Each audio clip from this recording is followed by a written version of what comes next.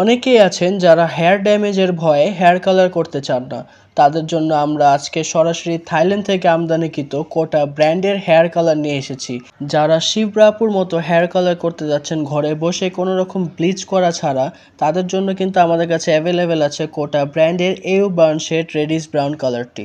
যারা blonde type hair colour করতে যাচ্ছেন তাদের জন্য অ্যাভেলেবেল আছে কোটা কসমেটিক্সের whisper shade light ash blonde hair কালারটি।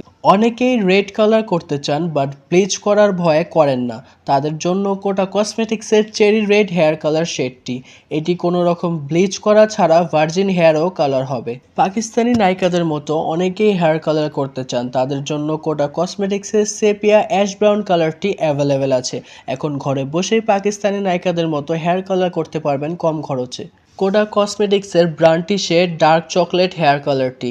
এই হেয়ার কালারটা কিন্তু বর্তমান বাংলাদেশের বাজারে খুবই পপুলার।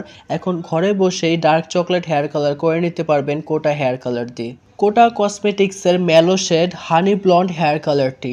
যারা ব্লন্ডের মধ্যে একটু ভিজিবল টাইপ হেয়ার কালার চাচ্ছেন তাদের জন্য এই শেডটা সব থেকে বেস্ট হবে। কোটা কসমেটিক্সের tortilla shade milk tea brown hair colour. ব্রাউনের মধ্যে সব থেকে পপুলার শেড এটি।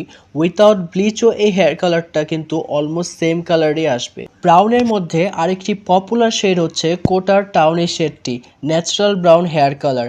এই হেয়ার কালারটাও কিন্তু উইথাউট ব্লিচ খুবই সুন্দর কালার হবে। কোটা কসমেটিক্সের সাকুরা পিঙ্ক ব্লন্ড হেয়ার কালারটি এবং কোটা সানরাইজ শেডের অরেঞ্জ হেয়ার কালারটি যারা করতে চান তারা সাথে আমাদের এই 12% ব্লিচ সেটটা নিয়ে নিতে পারেন।